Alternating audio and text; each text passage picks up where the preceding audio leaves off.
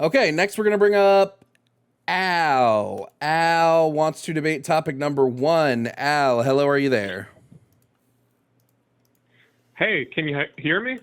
Yep. Hey, how are you? What's your name? I'm Al. Chillin'. Jovan. Al, can I get your age and pronouns, please? Yeah, I'm a man. Okay, that didn't answer either of the questions. He. Okay, there we go. He and, yep. Hey, Jovan, nice to meet you. Can I just get your age, please, Al? I think, oh, yeah, I'm 30. Okay, thank you. All right, go ahead. So, I think there's a difference between identifying as trans and being there's a difference between trans women and trans men and women and men. So there is a difference between trans women and cisgender women, and there would be a difference between transgender men and cisgender men, yes. Yeah, absolutely. So there's there's a couple things I want to talk about. I think it's strange that trans people are on the internet idealizing mental illness on places like Reddit or on social media. I think that becoming trans is becoming something more of a thing about social acceptance. Al, hold on. You made a claim there. You said that trans people are glorifying mental illness. Are you making a claim that being trans is having a mental illness? Yes.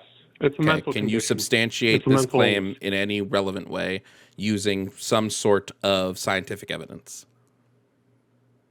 Preferably psychological evidence. It would have to come from the DSM-5 or what psychiatrists use, Perfect. Right? No problem. No problem. I love that you did that. Transgenderism is not a thing in the DSM-5. Gender incongruence, which is what being trans can be.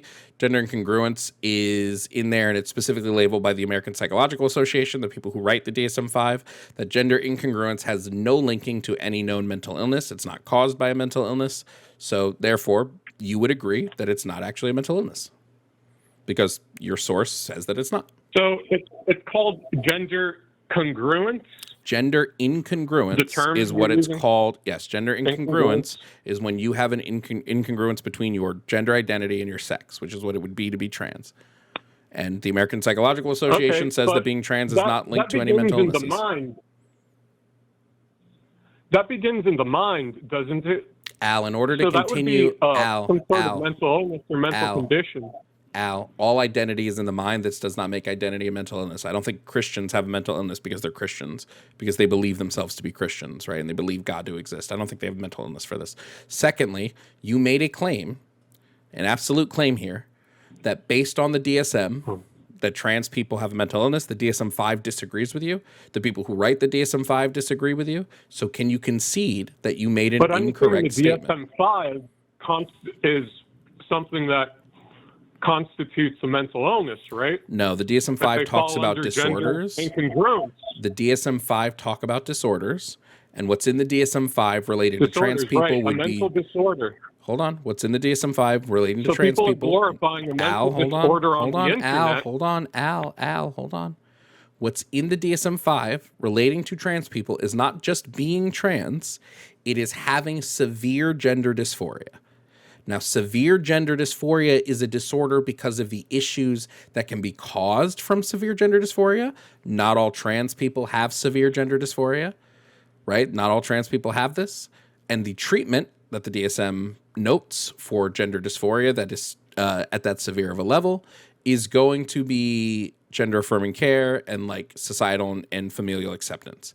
Now, you're saying a lot of things that are like factually inaccurate. So I just want to make sure that we are being upfront on those things being factually inaccurate. So I'm talking about the mental disorder. What's the term for the mental disorder that you keep coining? So I didn't coin anything. I used the term in the book, which is gender dysphoria, which talks about the stress. Dysphoria. Gender So dysphoria gender dysphoria is what brings about transgenderism. No, gender dysphoria can be had by both trans So and what is it that cisgender brings people. it about? Gender incongruence causes someone to be trans. This isn't a disorder of any kind. Or I wouldn't even say it causes. Gender incongruence doesn't cause it. It's just that you are gender incongruent. It doesn't cause anything. It's just that you are this thing. Okay, so I'd like to bring up that on the internet they keep, I think it's more about a social acceptance thing nowadays.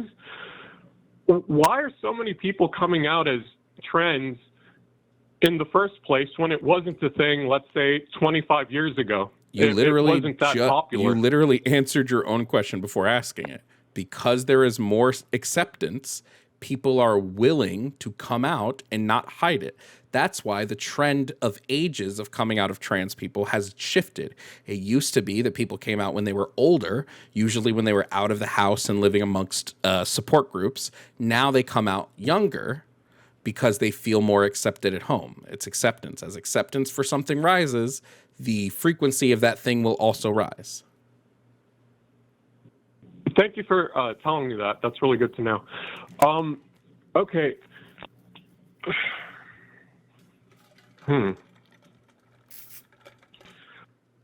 Yeah.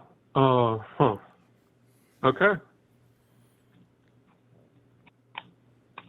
Is that all? Yeah, that's all I got. All right. Thanks. Have a great day.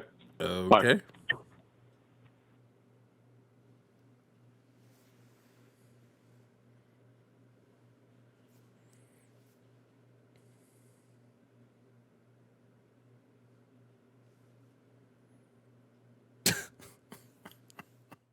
Hey, thank you all for watching this video. If you don't know me, I'm Jovan Bradley. I'm a leftist content creator who does debates, political commentary, gaming, and more.